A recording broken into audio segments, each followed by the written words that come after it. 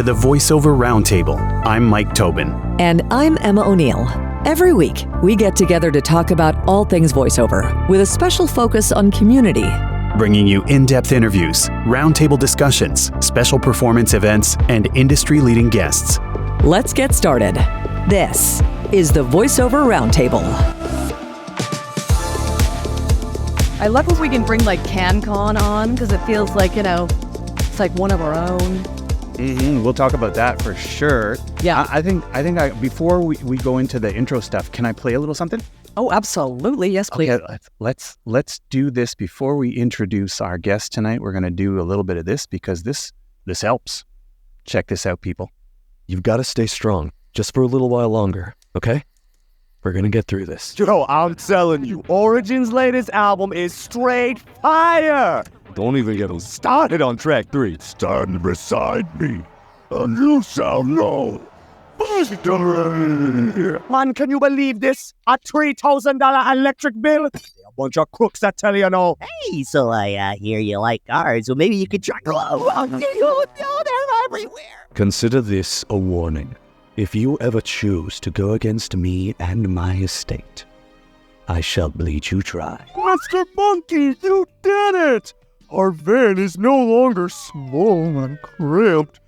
Yippee! Let me tell you how this works. I'm given a job. I do the job. And I make sure that my clients are happy.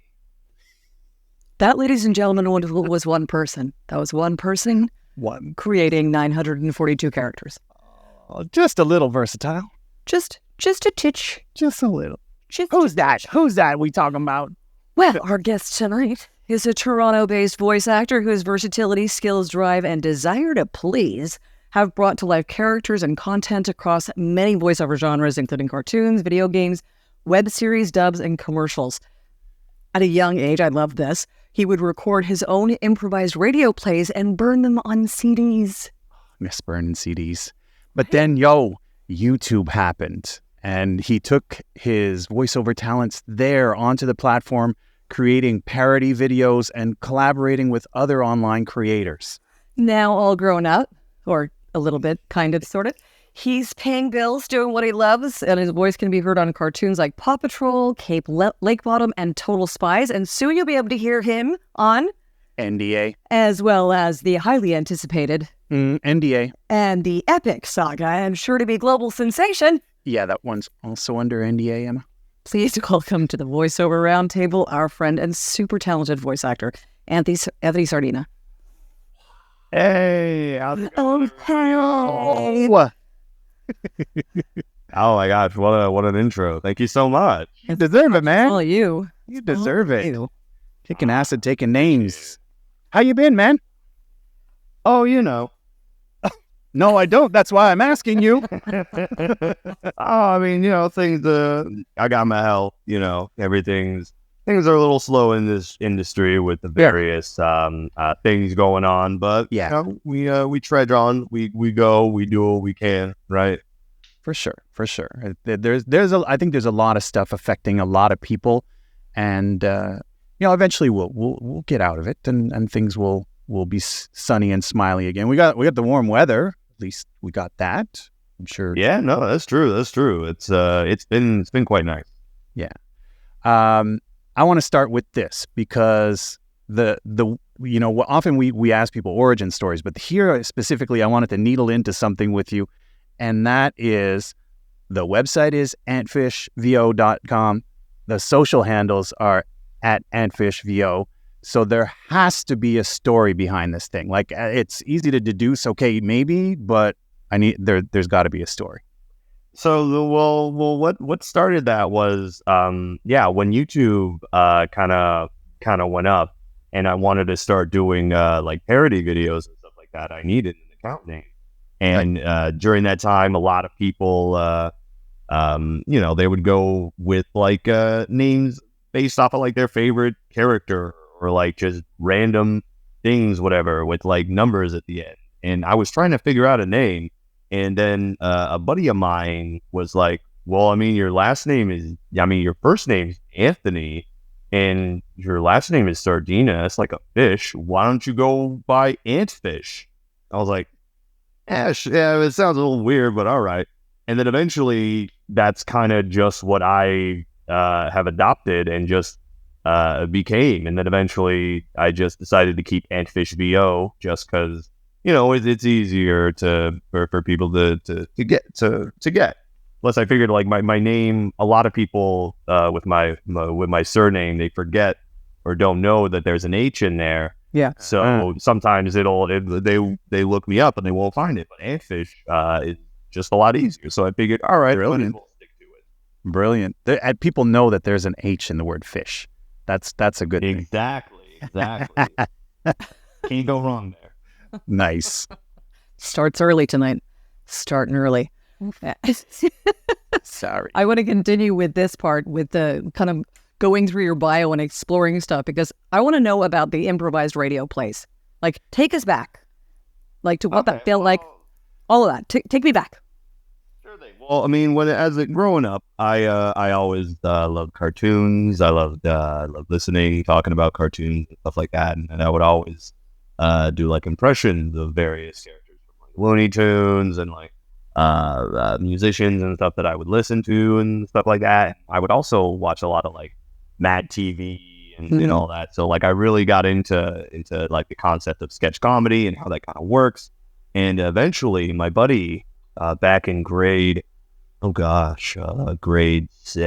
or 8 gave me like a gooseneck microphone to so that way we could talk to each other if we ever played Counter-Strike. Never did, but I found out that there was a Windows sound recorder on my computer, but way before then, I used to have this little like cassette thing where I could record, and if there was like a tape in it, I'd be able to like speak and like do like little things, like little stories, and then I could hear it back, and I was like, "Whoa, this is cool!" And so that kind of took off when I was like 14 or so. And then eventually I was like, ooh, I'm just gonna futz around and see what kind of comes up with. And I was kind of into like Star Wars Episode 3 at the time, because like a lot of my friend groups during that time were like really into Star Wars and stuff. So I was like, okay, I mean, I could come up with just like some random stuff. And so eventually I did, and I created these like 3 characters that would live in an apartment, and they would just kind of like, one of them was Darth Sidious, and I just did like a really bad like Darth. Well, I mean, I don't know if it was bad or not, but like impression of do it. It was something like this. Like I don't really know. And then there was another guy who was like a sheriff, and then another guy who was a doctor that was based off of a character in Bromwell High. And we were just like 3 guys just living in an apartment. And I was like, okay, what are some like tropes in TV shows that a lot of people always do, right? There's the we got to get to the convenience store before it closes, and then something crazy happens. Oh, the Olympics are in town. Let's see if we can get in.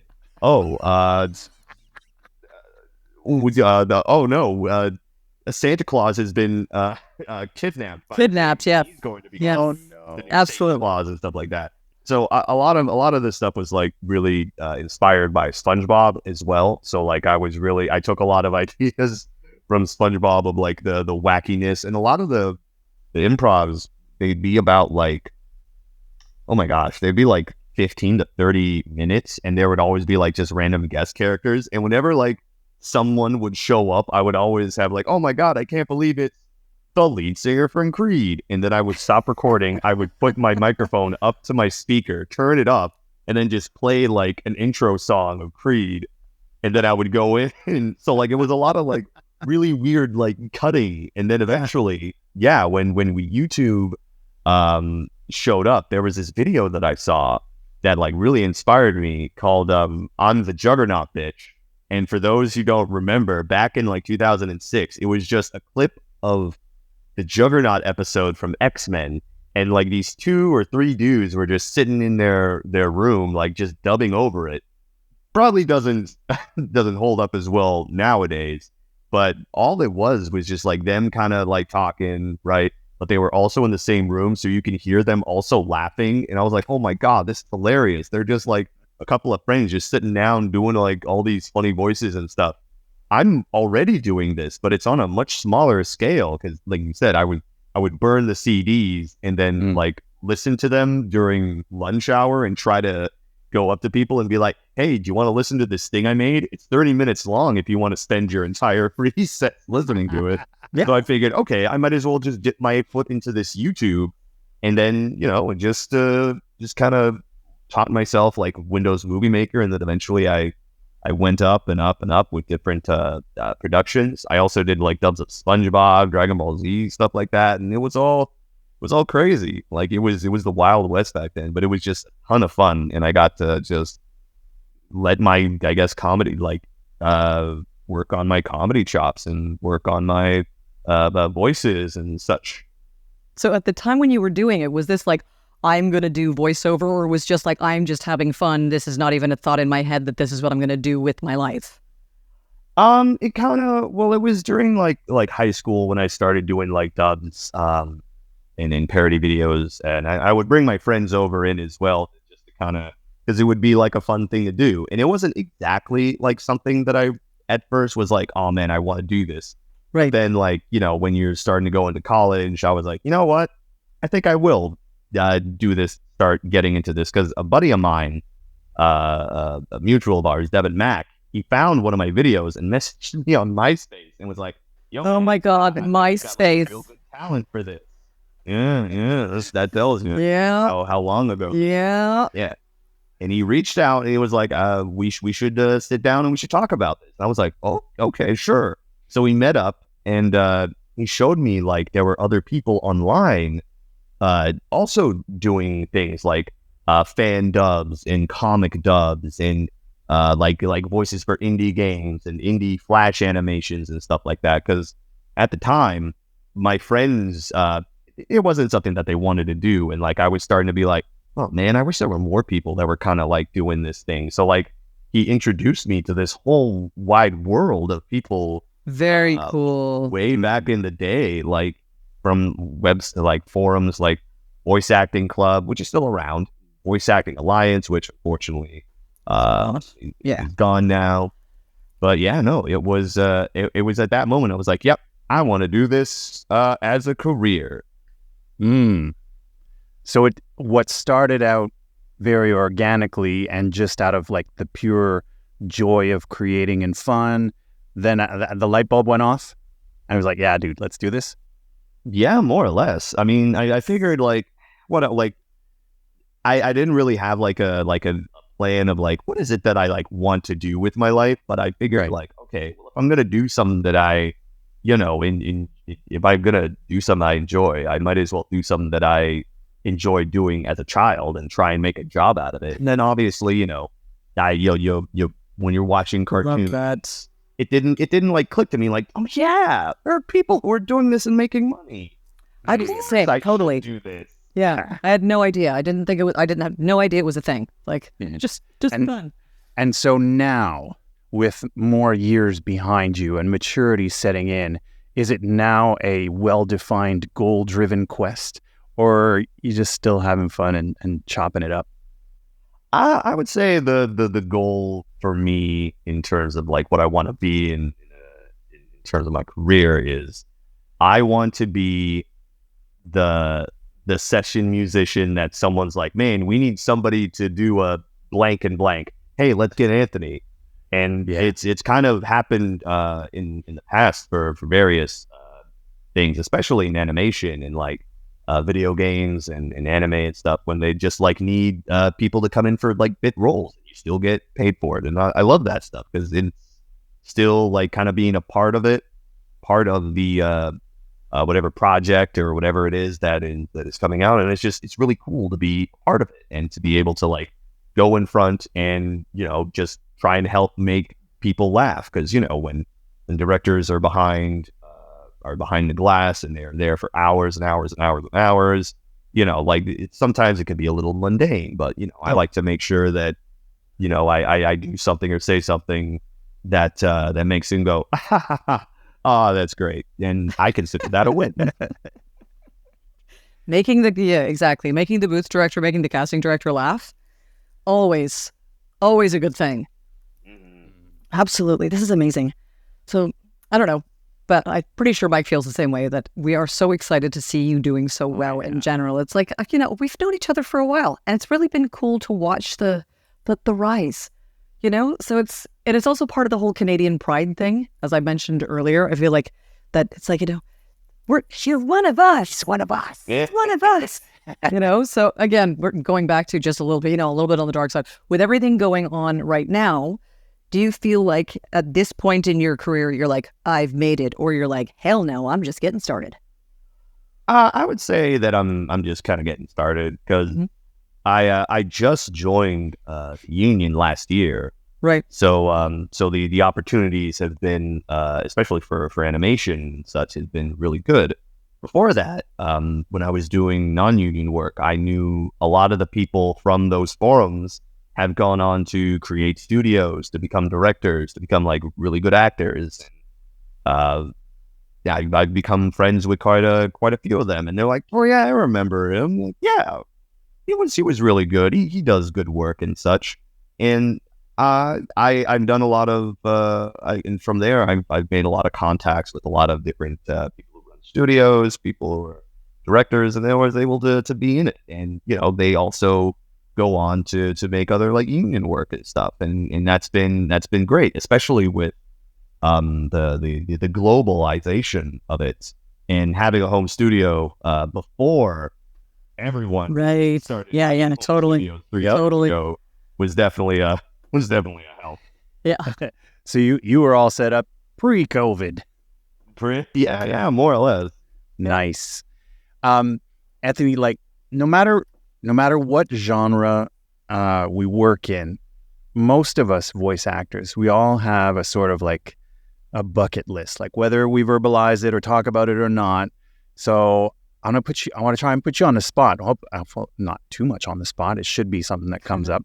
But like, what would your dream gig be? Like the one that makes you call your family, losing your mind, of course, only after the NDA is lifted. But like, what's this would be the jam. To be in the X-Men. Cool. That is, I think, like I always people always have these like, I want to do this, I want to do that, I was like, okay, yeah, cool. I'm just kind of happy with like whatever kind of comes in, and what I've been so lucky and skilled to be able to earn.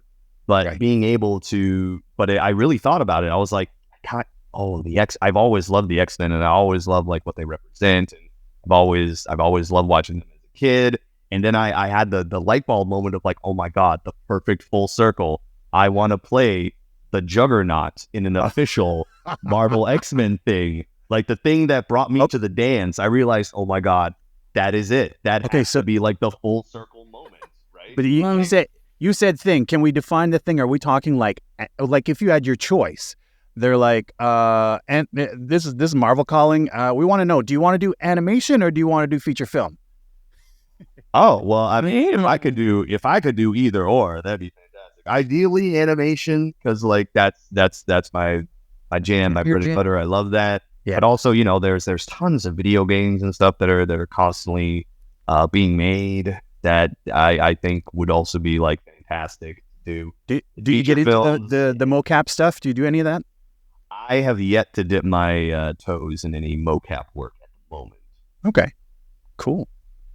But yes, we want to see Juggernaut. Yes. That would be so cool, man. That would be so cool. Where are we going, Emma? I think we should see if the audience would like to interact in general. People have been excited about this. Anthony, I don't know if you've been at these shows regularly, but a lot of time people get shy initially and they start posting stuff in the chat, and then later on in the show people start not being shy and coming up on stage. that usually tends to be the case, right? Like It takes like the one person to kind of like, I'm gonna set the bar atmosphere, right? And then everyone's like, okay, I can be comfortable in this level. Yeah, exactly. So, as I said, if you guys have questions, you're welcome to post them in the chat. You are welcome to come up on stage if you raise your hand. Yes, please. Use this time. This is the thing about this, well, all of the platforms that you get to interact and ask questions. Ask the questions. It's very, very... Yeah. Someone just... Ooh, I did a you're thing. so fast. I did a thing. Mike's Hey, fast, Celestia. Oh, Celestia. She's been on... There she is. There she is. Yay! Hello. Hey. Hey. I actually have a few questions, but I guess the most burning question right now, when you do an audition for an animated character, also, thank you so much. Just learning from you is so great. I'm sorry, I should have started with that. Oh, it's all good. When you do an audition for an animated character, is it good to do multiple takes to show range? And if so, what about if you're auditioning for several different characters in the same show and they all have different ranges already? I'm just a little curious about that. Well, I guess it really depends on like the type of show or animated show that they're doing, whether it be like preschool, middle school, I guess, like adults and animated and such. Second take is, yeah, it's a good way to show range, but also just to kind of give different ideas or to try something new. Usually when you get sides, they'll have like the character's description, like their vocal quality. Hopefully they'll have a picture. If not, then you kind of but pictures do help. And it's just kind of reading it and seeing like moments of like, oh, okay, so this person is shy. Okay, where are some good moments within the script that I could like throw a little like a thing of shyness in there? Maybe there'd be like like a stutter or something like that. Improv also helps out a lot, but in terms I was just of going to ask. Yeah. Oh yeah. In terms of like a second read, really only do one if like they can be drastically different, because casting directors get like tons and tons and tons and tons, and from what I hear a lot say like it's within the first 10 seconds is when I'll know. Mm-hmm. Or is that some even like listen to the whole thing, which, oh my goodness, like there's only so many hours in the day, please go home with your family.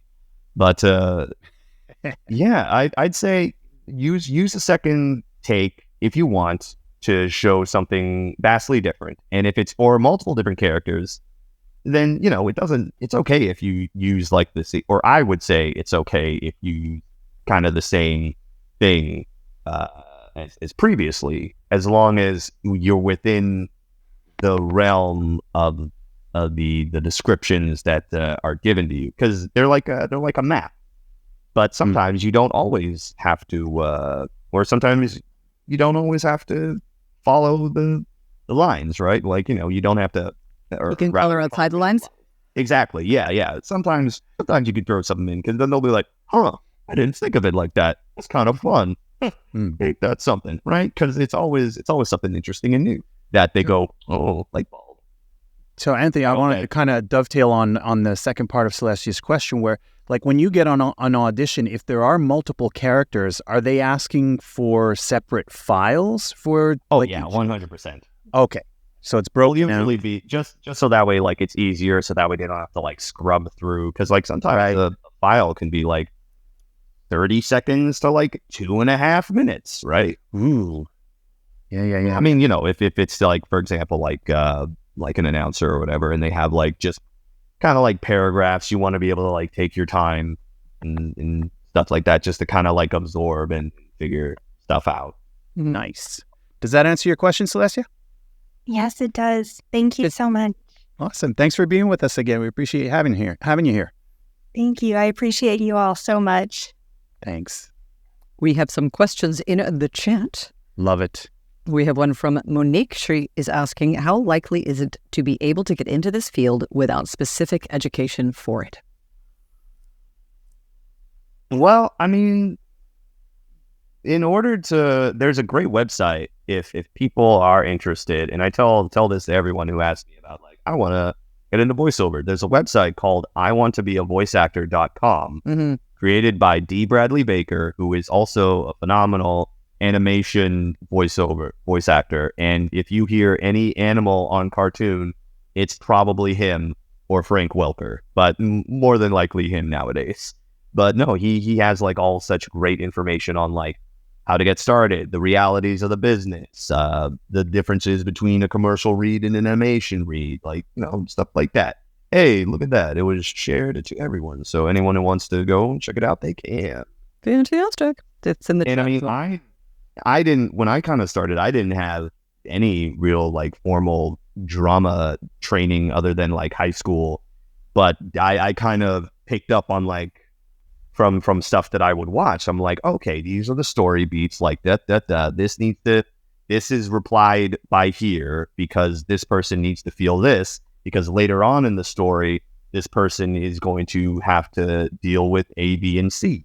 So it's a lot of like learning story structure as well helps out a lot with auditions, especially animated auditions, because you're telling a story, right? Yeah. It's someone else's idea, and it's, you're trying to figure out like, okay, how would this work and how can this help? But yeah, everyone's journey is different when it comes to getting to where you want to be. There's another question in the chat, and actually I like this question, from Mike, asking, do you get all your animation work from your agents right now, or do you also market yourself on your own and DIY kind of thing and find studios who specialize in animation and connect with them and stuff like that? When I was non-union, I was doing like a bit of like the following on Twitter, interacting with people, following on LinkedIn, and sometimes studios would even be like, hey, we're updating our roster, or casting directors would be like, hey, we're updating our roster. Here's a form. Sign yourself up, and, you know, we may be able to send you some stuff down the line. And, you know, a lot of people have been doing that. You can find a lot of that on LinkedIn and Twitter, dependent on the people that you follow. But now, all my stuff is more or less from my agent.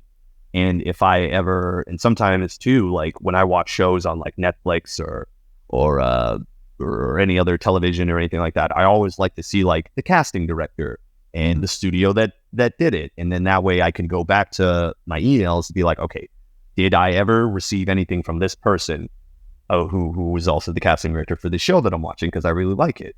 Okay, this is what this person is kind of doing. And looks out for. Okay, I'll keep that in mind for the next time, if ever I get an audition coming from that person. But mostly, yeah.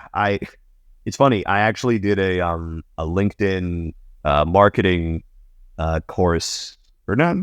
It was a class with Jen Greenfield, and yeah, she gave like some fantastic, amazing advice. And at the end, I was like, this is all like fantastic. Have you ever known anyone to have been in a union, whether it be SAG-AFTRA, ACTRA, Equity, what have you, and have any of these things worked? She was like, no, because I mean, it's mostly your agent that's sending you stuff. And I'm like, yeah, that's true. But if I ever find anything, I want to be able to send that to my agent as well, to be like, hey, do you ever work with these people? Hey, if this studio or whatever is working on something, or hey, I heard that blank is going to be coming out. Do you know if we'll be able to get any sides for that? So, you know, it's also important to keep your ear to the ground of the industry, just so that way you can kind of keep a pulse, because, you know, you're not guaranteed to make money in a week or a month or a year even. So it's important to be able to keep yourself informed with news of stuff that's going on. Before I forget, and we're going to go to Kat's question in just a second, but you're talking about LinkedIn and stuff like that. Is there a platform that is the platform of choice of the like animation industry? If you're starting out, there are a lot of creators on Twitter. Yeah. That will post like, hey, I'm working on this thing, or hey, I'm looking for a voice that's for this thing that I'm working on. Granted, they probably either don't pay you or pay you very little, because they're also people who are just kind of getting started. So it's really dependent on like the level and your worth. YouTube also, I would say, could be a good place, because there's a lot of like independent studios from all over the world that post on YouTube that are able to pay pretty well, because they're able to get grants from their country's government. So even like kind of messaging and being like, hey, I love your stuff. See if you can find their email and be like, hey, I love your stuff. I'm also a voice actor with blank and blank blank experience. I've done this, and this. I have this. If you're ever in need, I would love to if you have a talent pool, I would love to be considered for it. Here's my email, whatever. And yeah, I mean, there are, you kind of have to go to different places, but I would say if you can survive the toxicity of the Twitter environment, then I would say go there. And there are websites. Actually, you know what? The voice acting club that I had mentioned earlier, they do a lot of they're a forum, and sometimes creators will post like, hey, I'm looking for this thing for a fan dub that I'm doing, or hey, I'm doing an original animation for like a college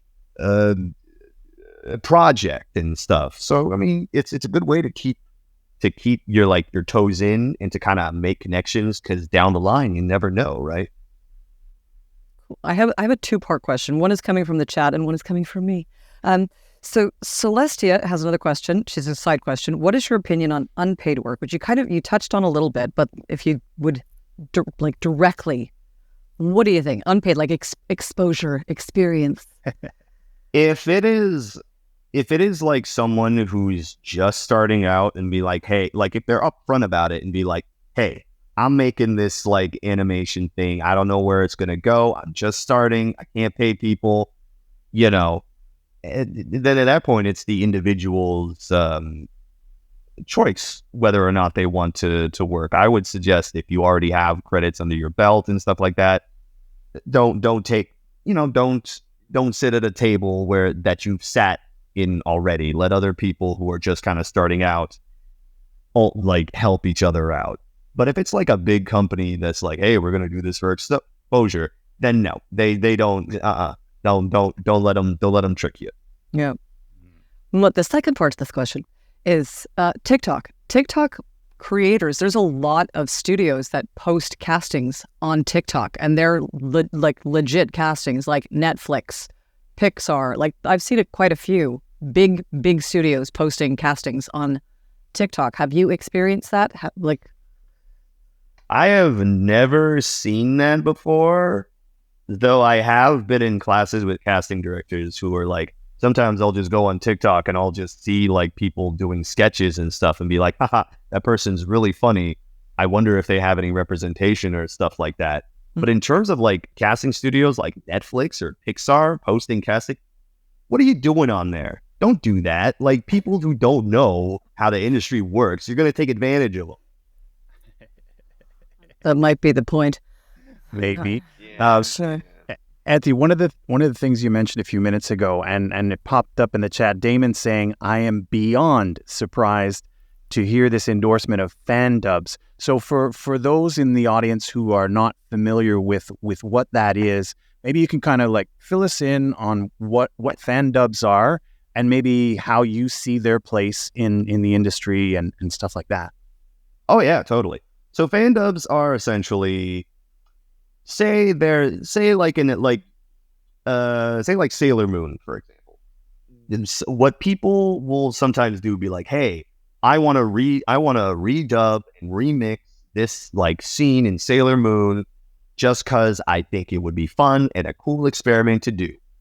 And they'll get either their friends, or they'll post like auditions, they'll post auditions, and then they'll hear auditions, and then they'll like do casting. So really, fan dubs kind of are like the prototypical way of like how you can kind of see getting into the industry. I mean, it's no different. I would say it's no different than like somebody who wants to be like a pro hockey player and then playing hockey with their friends when they're kids. Like I see no difference in that. And I would say it's something that like me, that a lot of people who are now professionals in the industry and doing their own things started off doing, because that's how you get, how do I get experience? How do I get experience on my resume when I can't book any jobs? That's how you do it. So kind of like the workout group concept. Like, exactly. Okay. So let's be clear, people. There's no money changing hands anywhere, right? Even though you mentioned there's auditions and things like that, it's all like there's no money changing hands. And the animation world is really, really different from the commercial world. Or am I talking crazy? Because I don't work in animation. Okay. Well, I mean, yeah, maybe yes and no. Like I don't work in commercials as much either, but I would say the one difference is with the commercials, you can, I mean, if you want to take, like, for example, like a car commercial. Say I knew somebody who did this. They took like just random shots of their car and then did like a fake commercial with like the check out the all new Ford F-150, like stuff like that, right? Just to kind of get like an idea, because you hear it on the television and you think, okay, this is on television and this sounds like this for a reason, because the person in charge wants it to be that way. So let me try and figure out and emulate what makes this work. And that can also work with animation. Like that's how you learn. You watch animations nowadays. They're coming out. You figure out, okay, what is it that people are listening to? What are the styles they're in, right? Because it's like before it was the all new come on down, and now it's like, hey, this is just the guy next door who just wants to tell you something. I'm not trying to sell you anything, but introduce it. You know what I mean? The times they are a changing. Yeah. Yeah, man. Yeah. Even in commercial, there are a lot of people who do like video versions of their commercial demos. So that's kind of almost up the same alley of what you're talking about. Oh no, and I know a ton of people who do actually go onto YouTube and they find the original spot and they will recreate it. And it's just like for demo purposes only. It's a thing, and I think it's a friend of mine. I'm not going to actually name names right now. No, we'll talk about, if you don't have the money to do a demo with a professional demo producer, then to create samples is a thing, especially when you're doing pay to place, which I want to talk about, because you do a lot of online casting, or am I making that up? Not casting, but working online. Yeah. I used to. I did a lot of stuff like that. I was on years ago when I was starting. I was on sites like Voices and Voice 123, and I really booked. Well, I booked a couple point and click games way back in the day, but since I've been off for years and years and years and years now. But in terms of like online stuff, there are a lot of creators who genuinely make stuff that they love and that they're able to work out on and such. Sorry, what was the question exactly? I think there was a statement and a question that I think you started in animation using a lot of the online platforms. Yes, I did. So like, sites like Voice Acting Alliance and Voice Acting Club, they would post auditions, like, hey, I'm working on this thing, or hey, I'm working on this video game. And actually, one of the very first games I ever got was from a Swedish video game company that has since still been making games, and have even worked with other producers like EA. And that's from there, I was able to like keep in contact and be like, hey, how's it going? Hope everything's good. And from there, they would then recommend me to like their other game developer friends, and so on and so on and so on. So, you know, the classic word of mouth goes a long way. Yeah, very, very true. Mm-hmm. Mike? Kat's on stage. Yeah, she is. Kat, you want to say something? Question? Yeah. Hello. Hello. Well, first of all, I just wanted to say thank you. Dialogue is so important to who we are as human beings, that having dialogues like this is just a beautiful way to be able to organically grow and learn from others. So thank you for that. But my question, because Anthony is just such a vibrant person, I want to hear and understand, as voice actors, oftentimes we have those days where we're just sort of struggling with confidence, we're not feeling it. How would you and how do you approach these? Like, what can you tell other people that might be having a day where it's like, I'm just not feeling the confidence and I know I need that to go into this next session? What is your thought process when you have a struggle or a day like that? Usually I try to remind myself that that is totally normal to feel like, because everyone constantly compares themselves to other people. And, I remember one quote that's comparison is the theft of happiness. And I try to think of it. Yeah. And I try to think of that like, oh, okay, like I'm here for a reason, right? I'm being brought in for a reason. And I gotta just be confident in the fact that I'm gonna do the best that I can. I'm just gonna go in and, it's not like a end all be all for things, right?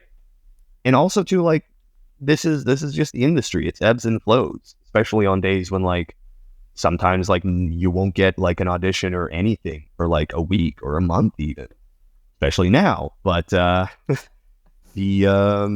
it's just kind of like a part of like the industry itself. So I try to keep that in mind. And if I'm not doing too much work, I'll do other things that I enjoy. Like I'll oh, cool, there's a show that I want to watch that's new. Oh, I'll watch it and I'll learn, I'll study, I'll try and figure out like, ooh, I really like that performance. Or, ooh, I see why they do that. Oh, okay, nice. Or to like keep myself active and such. But in terms of like, confidence, you just have to remind yourself like you're here for a reason. Nothing was a fluke, and you just kind of have to roll with the punches, because it's kind of life. You just got to learn. Support system. To be able to, yeah, and a support system absolutely too is incredibly helpful, because then you could be like, hey, I'm not feeling too hot, and they'd be like, yeah, same. And then you just kind of talk, and then you kind of start to feel a little bit better, because bottling up doesn't help. Nope. That's beautiful. Thank you so much. Thanks, Ken. Thanks for being with us tonight. Absolutely. Terry Briscoe has a statement, my 2 cents. If it's a project that you want to do it as long as the fan dub isn't monetized. Mm-hmm. Oh, yeah, 100%. So the parodies that I made back in the day were also, I didn't make any money. I think this was before YouTube was doing like their monetization thing. But yeah, no, fan dubs are just purely for fun.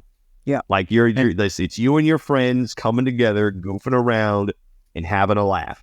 That's really all it is. And if you can have that fun and joy and kind of remind yourself, yeah, this is why I like to do this. Plus also it teaches you like, ooh, I like the casting part of it. Ooh, I like the directing. Ooh, I like the mixing aspect of it. Right. So it's like you're kind of teaching yourself which things you like. It's like when you film your own, when you want to like make your own movie or something like that, you start to realize maybe I don't like camera work, but I love directing.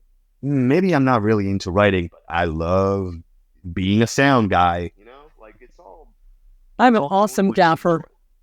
Yes, exactly. You need a gaffer. Gaff services all the way. For once, I'm not making I will the be gaff. eating all the food. Yes. Oh, man. Oh, I love it. We had another question in the chat from Susan. Anthony, do you think fiction podcasts are a good way to get that experience for a journey into animation? Oh, yeah, 100%. There's actually, I'm going to do a plug right now. There's a show called Human Be Gone. Yes. By Drew Froman. True. Oh, my Lord. It is so good. I don't listen to podcasts, but I listen to that because it's such like it's a theater of the mind, right? Like usually most times when you're doing like animation or stuff like that, you don't, there's nothing there. It's just you and the microphone. And if it's ensemble, then you're going to be with like the other cast. So that way you can like just bounce off of each other. Right. but like you don't really know like what the final product is. You just kind of have to like read the script and kind of just like imagine what it might look. Maybe not the final product, but maybe like the Leica of it. Maybe just like the in frames of like, okay, I'm gonna say it like this, or I'm gonna add this little thing so that way the animator can do like a little thing in there. But with like a fantasy podcast, you're kind of just doing whatever, and then the person listening, they can imagine what's going on in the theater of their mind. Like it's like people who play Dungeons and Dragons, right? Like it's all imagination, and it's all someone said it's improv and math, which is like, oh, I like one of those things, but no, definitely fantasy podcasts or like any podcast that kind of like just help tell a story definitely helps, because then you're it's still a story, it's still in a way kind of animated, but it also gives the people listening like their own sense of like, it's also like reading a book. If whoever's in Toronto or in Ontario in general, Drew is one of the, I think he's the chief engineer producer at Tattoo Sound, which is one of the big studios here in Toronto. He's a great guy. Toronto. Great guy, super smart in Toronto. We have another question from Celestia. I've told her to keep them coming. Just keep them coming. Anthony, do you have a favorite warm-up, cool-down, and daily vocal practice? Yeah. So in terms of warm-ups, I like to like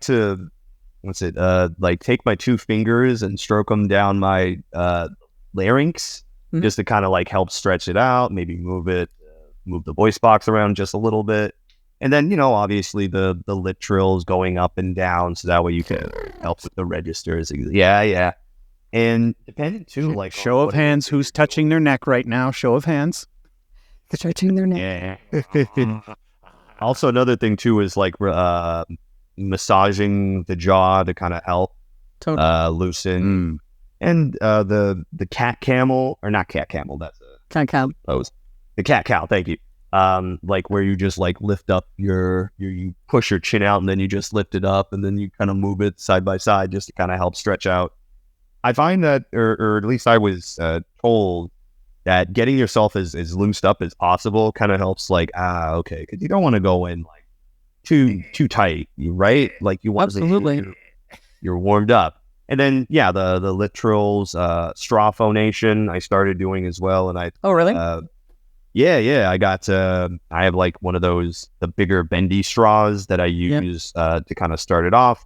And then I'll use like one of those professional metal straws that I ordered online. The professional ones. Yeah. The professional. And from a vanity perspective, stretching your neck is really good for getting rid of jowls. So just, Yeah. Because also too. So. Celestia's like straws. Pam's like straw. What? I think we need to dive deeper into the straw thing. We need some explanations. It's okay. I was gonna say straw, and everybody's saying it for me. So like, what's the straw thing, man? It's like like when you just like breathe out, right?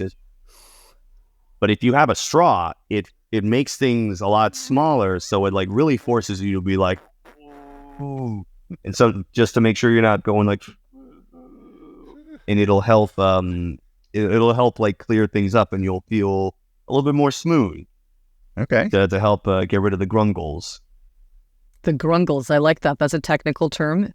Mike is the king of sound effects this evening. If anybody else is like, what's happening? He's acting out everything that you're saying. Oh my! There you go. Yeah. The grungles TM. I like it. Not to stray too far away from the whole straw thing, but we were talking about studios, and a little bit earlier on we were talking about like having your home studio and things like that. So where do things stand right now when it comes to like either being able to audition or work from home versus having to go in for auditions versus like where are things at? Because I know like depending on what part of the industry you're in, like commercials, like you got Source Connect, you're all good. if people who do on camera, they're like, well, yeah, everything's back, no more self-tape. Come on into the studio and we want to see you. So where are things at with like animation or video game or any of the other that you're active in? Well, for based off of my experience, before when we were in lockdown, I was recording for a couple shows, and I told them, hey, I have like a home studio. Here's my setup and all that, and then they'll be like, okay, can we do a test on Source Connect now? And I was like, okay, sure. And we would just do a little bit of test here and there, and then it would be fine. And so I've recorded Paw Patrol so far now all from home, and I recorded another series all from my home studio, even when lockdown kind of ended. And so for even auditions, like every audition that I do now is at home, so I don't need to like have to commute all the way to wherever studio and then come all the way back. Plus, it also saves them money as well, so they don't have to like keep a studio open to have like auditions come in. People are able to just like, record the audition from home. Oh, cool, that's great. And then the one time though is sometimes when you do callbacks, they'll be like, yeah, we'd like you to come in studio, just because like it's nice to be able to like be there and see faces and like actually physically interact and such and all that. But also the one downside too, dependent on where you are, is a lot of studios are very particular when it comes to like the mic and the setup and such. Oh, absolutely. Like for example, if you're doing like live action dubbing, they want to make sure that you have like a 416, or that your studio is like big enough that it can kind of sound like it is on set. And so a lot of times for stuff like that is they'll want people in studio because they already have all that stuff set up. Yeah. They can guarantee their sound. Exactly. Yeah. But usually whenever like, if it's like, okay, you've been cast and it's remote, okay, we're going to do a test to make sure that the levels are good, to make sure that there's no dropout or latency or anything like that, to make sure you're hardwired in and not use Wi-Fi, so there won't be any mysterious dropouts. But there always is. Always record a backup. Everyone's always, run a backup. And there's a lot of things that apparently a lot of studios didn't like realize were possible to do. But because I but I cut my teeth on new media with like YouTube and stuff and working with different production studios, I already knew how the game played. But so the part two to my question then is there a segment that you need to be in a certain place? Like I know sometimes people will say, oh, if you want to do X, Y, Z, you need to be in LA. You just need to be in LA. So is there like a segment of the work that if you want to go after it, you got to move? No, but I will say the one thing I didn't take into account was when I would ask about this would be like, oh, well, tax reasons, for example. Like if you're doing a union, you're doing like a union project and you're out of the country, but it's like a SAG thing and you're not American, then you have to sign like some papers and stuff like that to make sure that things are all right. So that way you can still like get paid and such.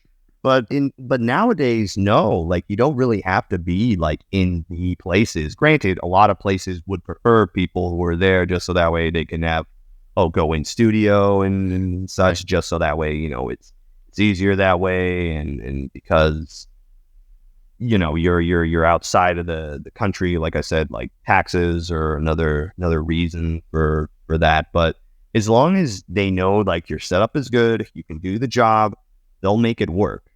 Right. That's cool. I think that's reassuring for a lot of people, because often that's maybe one of the limiting beliefs. I was probably the term that could use that. Oh, well, I can't succeed in that area because I got to move to LA. So. Well, it also depends on what level you're competing at. It's like if you want to be in AAA, then yes, you have to be in Burbank, period, end of sentence. Like they will not cast. They don't care how good you are. They will not cast you if you're not in Burbank. So it depends on what level of the playing field you're at. So, side note from the chat, Pam says, my nieces love Paw Patrol. Yay! I think there's a lot of people love Paw Patrol, man. It's hard not to love. Yeah, it's every time someone's like, man, can't believe Traveling Travis wasn't in the movie. I was like, yeah, well, no, they tried to get him, but wouldn't you know it, he went the wrong way. Yeah, my sisters still look at my nieces still look at me like I've got four heads when I say that I know people in Paw Patrol or My Little Pony. And they're like, what? I don't, like, you know what Auntie Emma does, right? Yeah. So she has friends that do that, but he's a pony. Okay. We'll deal with this later. You're the voice on the radio, but that's a pony. Yeah. Like, okay, yes. Cute. So you just blow into the straw?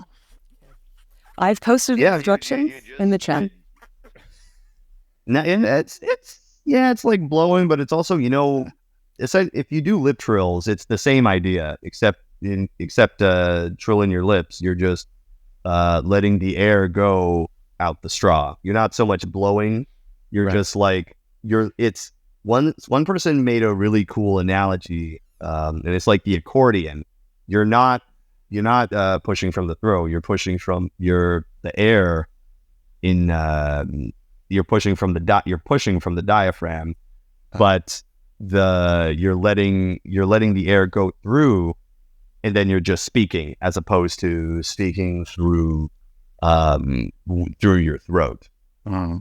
So if we wanted like scientific technical term, it'd probably be like self-deflating in a very targeted and controlled manner. Yeah. Been working on that for the last 10 minutes.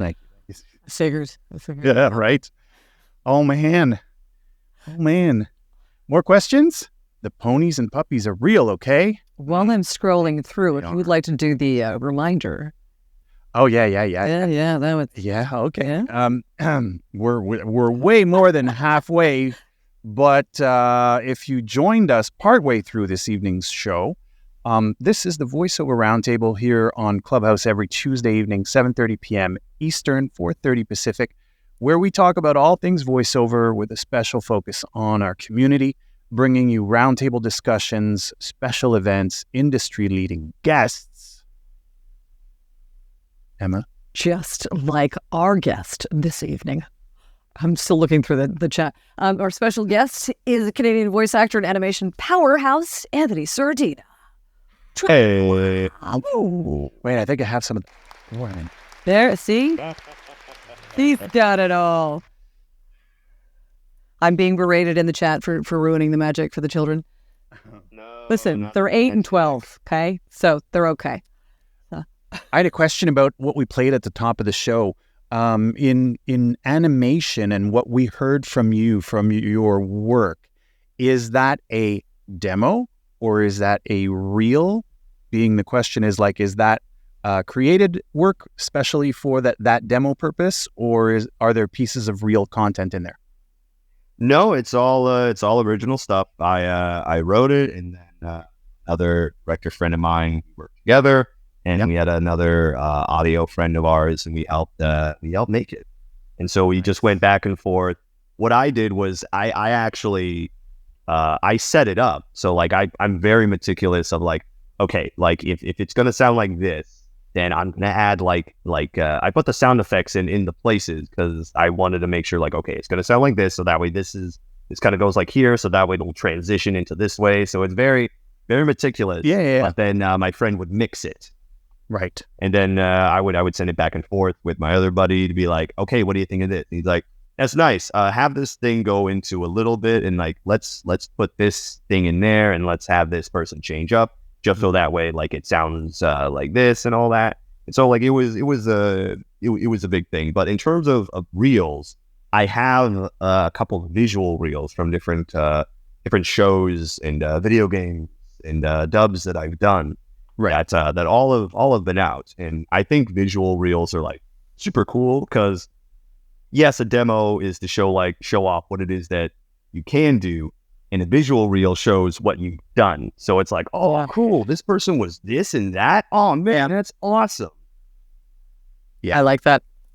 And especially with animation, because it does. It's like listening to your reel at the beginning of the show. You have so many voices inside your head. Yeah. And some people would get medicated for that, but others use it to their advantage. And to be able to then actually see the character on screen with the voice, that's amazing. Mm-hmm. Love that so much. Anthony, when we talk about demos in animation, I know like some of the discussions we've had about other genres, because we've had people on for commercial, we've had, casting directors, coaches and things like that, people for promo.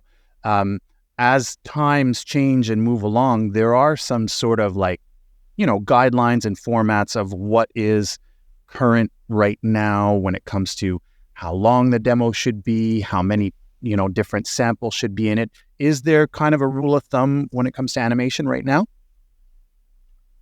I would say in terms of like length, I prefer seeing a demo be like max 1 minute, double max like 1 minute 30. Okay. Like I think that's a really nice sweet spot. One thing I always keep hearing too is like the first voice that you hear in the demo should be your natural speaking voice. And it's also not just so much about like the voices you can do, but like the situations that you put this character in. Like you think of like, okay, who is this this character that I want to, or what is this range, or what is this emotion that I want to show to potential clients and prospects, like what it is that I can bring to the table. So that's why I have like various different like vocal styles, but also like various different different genres. Like there's stuff for like adult animation, stuff for more like higher up, stuff more so for preschool, stuff more sinister, stuff more serious. Like just to kind of show like, here's like all the different variousnesses that I can portray. Yeah.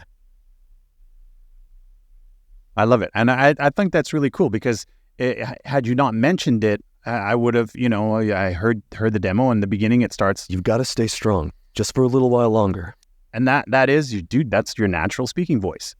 Yeah. It's in a specific setting. And I'm like, oh, I wonder what that segment was about. What's that story? I hear like an outdoorsy kind of thing going on. What was that all about? And it pulled me in right away. And I'm like, wait a minute. You did not force it into any character or anything like that. So that's really cool that you mentioned that natural voice. I love it. Yeah. Well, a lot of times too, it's like if it's not a monologue, you're always talking to someone. Like, what is this person trying to say without saying what they're trying to say? Like, who is this person talking to? What are their wants? What are their needs? Who are their friends? Who are their enemies? Who are their family? How would they talk differently to this person, to that person? Maybe they're outside, so they'd be shouting. Maybe they're inside, so they'd be a little bit more less shouty. Maybe someone needs to be a little bit comforting. Maybe they need to be angry. Maybe they need to be sad. It's all about trying to paint the picture, trying to create the story, so that when somebody in their mind goes, I see it. Yeah. I see it, and I know what I can do with this, or I can because we're clay, right? We're clay, and we can be molded. And if you're allowing yourself to be as flexible as you can, that's what's really important. Absolutely. We're working on a question in the chat. Yeah, Pam, if you want to come up on stage, please do. If you want to expand it in the chat, also please do. Currently it says, do you have any say in how your demo producer is stacked? So we're trying to understand what stacked. Oh, in terms of like how many takes? Here she is, Emma. Here she is. She's coming up on the stage. In 3, 2, 1.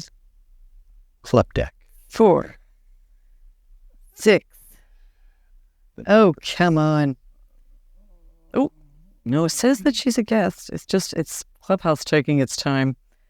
Being ridiculous. Must be the Wi-Fi. Must have already been invited. Wow.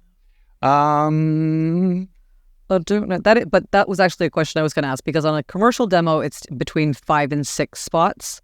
Promo is the same. With animation, you're Would you have more? I would say it's dependent on how long each thing is. Like how long each character is. Like, for example, maybe a character is like 10 seconds long. Maybe a character is like 15 seconds long. It's all about being able to see like what it is that can kind of work and like what it is that you're trying to get across and trying to show what you can. So it's if you want to have like, so like there's only so much that could be told in like 1 second, but also like you want to be able to, or not 1 second, what am I saying? In like one sentence. But sometimes you may have write something because it's like, oh, this is dialogue, right? Like how long would dialogue usually take depending on what the character is feeling? Maybe the character is like really winded or like dying. So like obviously they're going to take a little bit longer time. Maybe they're like really angry and nervous. So obviously they would speak a lot faster. So it's really all dependent on fitting in within the time frame. But I would say, yeah, like maybe I do like the idea of like the 5 to 6, but I don't know, maybe 8 would be like a good. I would say don't worry too much about the number. About the number. Just focus more on making sure you have like you're able to like deliver things, but you're not like that. Next. Yeah. Give it time. Yeah. Let them absorb. Gotcha. We've got a little bit more from Pam on that question, and it was more about like, do you have a say in the order of how your demo is produced? And I think what you were saying earlier is that you kind of mapped this one out yourself, right? You did the writing and then you mapped it out. But is a demo producer gonna maybe move things around on you or make recommendations? Or I guess it depends on who you're working with. But how? Yeah, is that? I would say it's all dependent on like who you're working with, right? And I mean, like a good demo producer or a reputable demo producer will have your best interest at heart. So they'll, be honest, be like, hey, so like I know you wanted this one to be here because you think it's cool, and don't get me wrong, it is.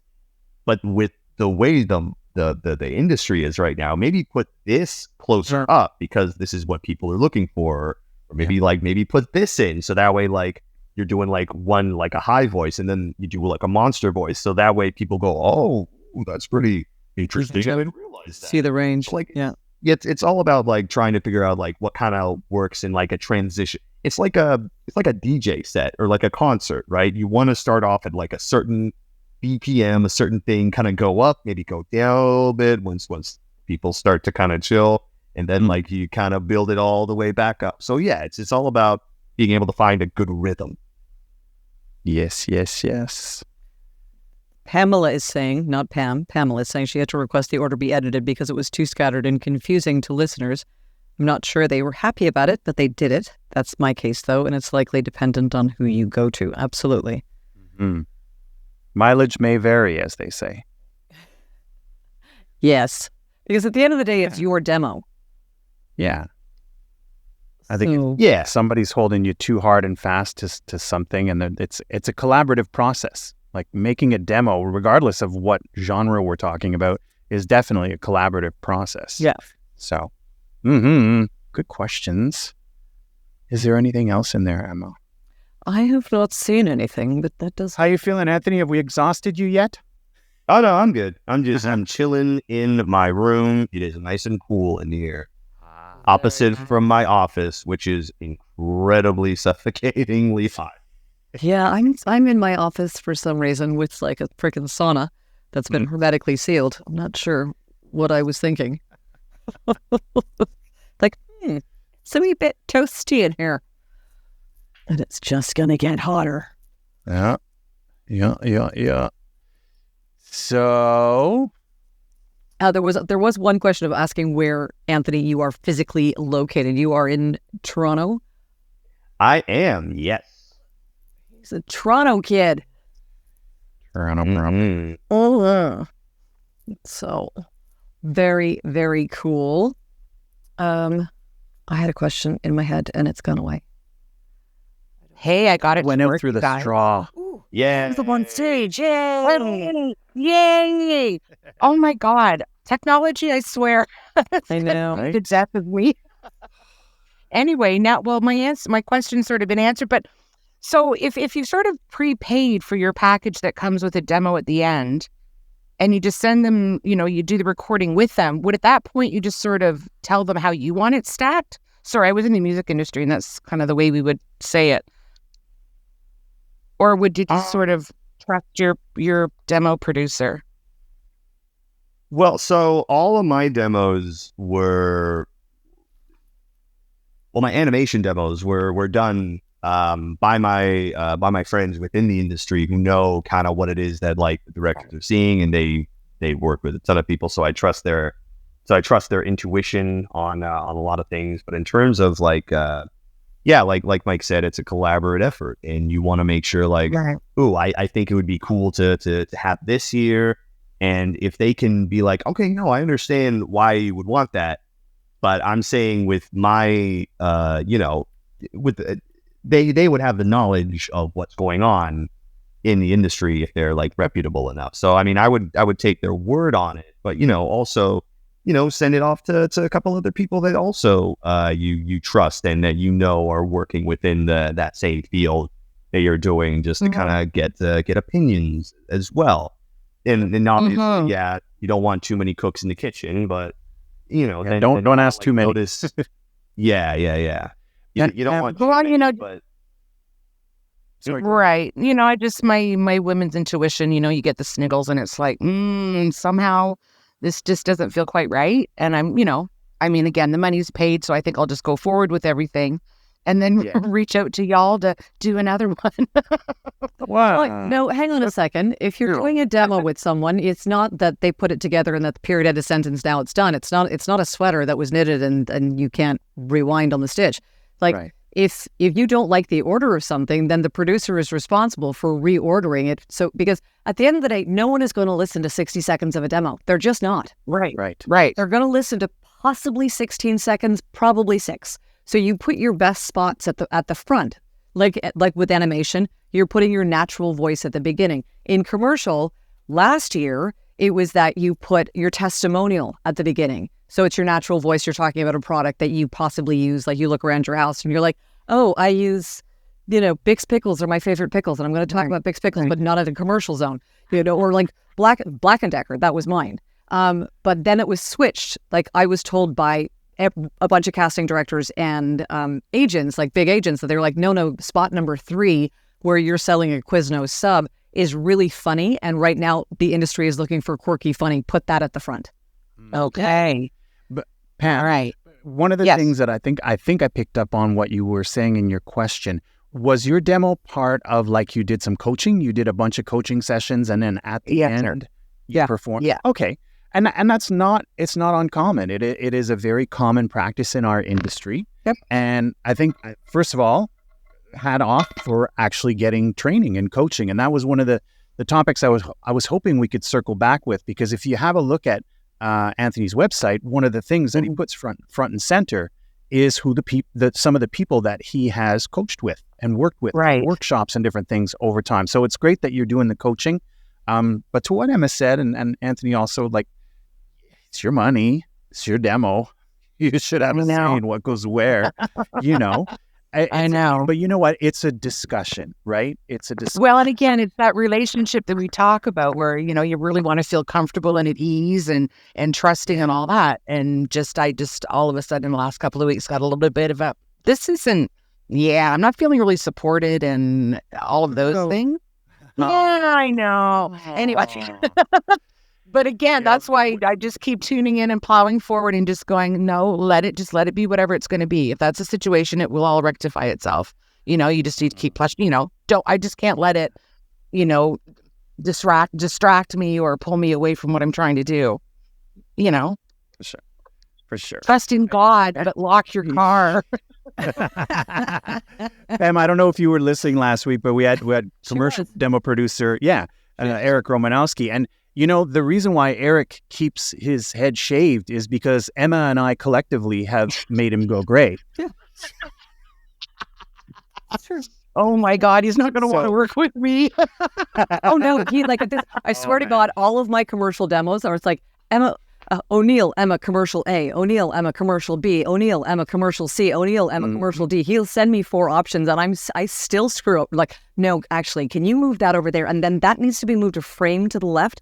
And then I think that maybe we could do that over there. And then he's like, I drive the man bananas. And that's to like kind of what Anthony was saying when he was mapping out this demo that he's produced. He knew exactly where he wanted a certain sound effect or a certain effect bed or music to start or different things like that. Right. It's like you get a say in those things. And listen, at the start, that might be difficult.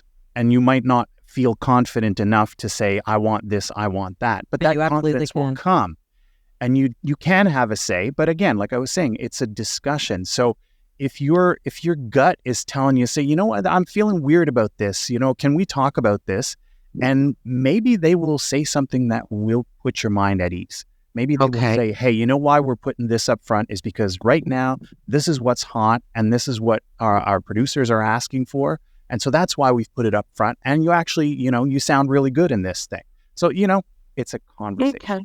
Now, here's another question for you. Yeah, for sure. So once I'm doing the demo prep on June 5th, and then I'm assuming recording shortly after that. How long would it normally take to produce it? In your mind, or what? We can't answer that. You should ask your demo producer for that. Well, he says 3 to 4 weeks, and I just think that's a really long time. It's not for professional demo producers because think of this: you're not the only one they're working on, right? Often they have a large list of clients that they're working on, and things are at different stages of the production process and stuff like that. It's not like I'm only going to work on Pam's demo today and then get it done. Maybe there are other components that need to come into it. So a few weeks turnaround is not uncommon. Okay. I'd say anything more than 6 weeks would start getting in the excessive area. That's when you start rattling cages. If they say 3 to 4 weeks, that's perfectly okay as far as I'm concerned. Yeah. Okay, good. Well, thank you so much, you guys. Have fun and good luck, Pam. Thank you so much. I'll see you there. And Anthony, a rock star. Holy. Yeah. Well done, sir. Very well done. And I'm a Toronto girl, actually. I grew up in TO, so cool. You guys are all in my heart. But I'm in Vancouver now. I thought Paw Patrol was done out here. That's why I was asking. No, it's done here. Okay, there you go. All right, you guys. We'll talk soon. Thanks for hanging out, Pam. Okay, bye. Great questions. Love it. Very, very cool. Well, we are almost coming up on the hour, the hour and a half. Yeah, which is fantastic. I love how it's like all the shows kind of have a little bit of like a nice groove into them, and then it starts to pick up, and then it goes bonkers. Mm-hmm. I love it, man. Anthony, this has been so much fun. Yeah, it's been really cool to be able to talk about this stuff and to answer people's questions. Thank you for being so forthcoming and so open with all of it. It's so helpful for people because it can feel like it's behind closed doors, like it's the secret handshake club. So this has been very helpful. One of the things that we often say on this show, and not just this show, this isn't our trademark kind of thing. A lot of people say this, but in our industry, really, you don't know what you don't know. You don't know what you don't know. If you could share something about, your journey or the industry or something like that, little Anthony, you wish he had known up front, what would it be? Let's see. Well, the thing is too, like animations and such are always like constantly changing. Yeah. So like the one, I would say one thing is like if you really like cartoons, watch them, but also like kind of study. Like I've noticed like this cartoon and this cartoon have similar vibes, and they're from different networks, but make sure to kind of understand the differences of what it is. Like, not everything needs to be like, be loud, crazy, but, like even if you like go into an audition and you do like something kind of higher energy when it's not really as called for, even if you do like a callback, they'll be like, okay, that was great, but we can pull it back a little bit, because it's easier for a director to pull back energy than it is to push up energy, you know? Yeah.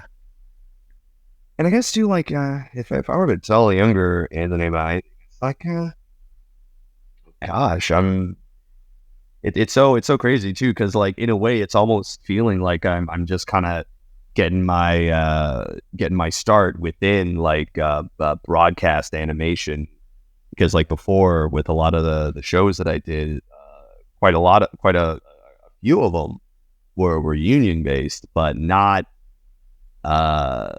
everything that I'd done was with like unionized directors and such. But just being able to like kind of like now learn from what's going on, but also just at the end of the day, this is an industry of people, and so you just gotta just be a good person. Don't be a dick. Like it's. Don't be. I have a sticker that says "Don't be a dick" from sage advice. Yep. Yes. Yep. Love it. Yeah, man. Don't be a. Don't worry, I'll say it for you. It's fine. There goes our podcast rating. No. Always say this. Oh man, Anthony, it's been so much fun. Thank you so much for sharing your time and your expertise with us and with the audience and answering all these questions. We really, really appreciate it, man. And so happy so much for having me. We're so happy for you. Keep crushing it. Keep crushing it. And we'll, when you juggernaut it up, we're going to have you back, okay? Don't forget us little people. A little clubhouse show. Come on, the juggernaut. Oh, can't wait. Emma? Yes? Just some parting words for Anthony. I just think that this was awesome. And apparently Graham Yates is saying that the original X-Men cartoon was voiced in Toronto. So, this... It was, yeah. So it's all completely possible that you will be voicing in X-Men.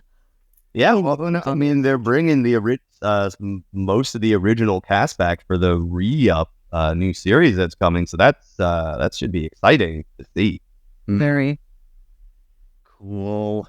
Thank you so much for taking the time and sharing your energy and your talent and your expertise with all of us. It's been great. I haven't seen you since VO North, so this has been fun to connect. Virtual hugs. Yeah. Emma, what do we have going on next week on the show? Next week, we have the one, the only Mr. Larry Hudson. Larry is, I have the biggest soft spot for Larry. Larry's one of my very, very first group VO coaches way back a million years ago. And I remember I got a really shitty demo done and I sent it to him because I knew he would tell me the truth. And he yelled at me with what the hell is this? I hope you didn't pay money for this. So we have Larry next week. And Larry's going to tell it like it is. He's a great guy. He's super great with organizing computers and with coaching and with he builds community. That's what he does. He's great. I love it. Hope that you'll join us next week, Tuesday evening, 7:30 p.m. Eastern, 4:30 Pacific here on Clubhouse. For the Voiceover Round Table, we thank you all so much for being with us and for sharing on the socials and participating in the chat and the conversation online. So we will be back next week and hope to hear you there. Have a great night, everyone. Thanks again, Anthony. And stay safe, everyone. Talk to you soon. Stay safe.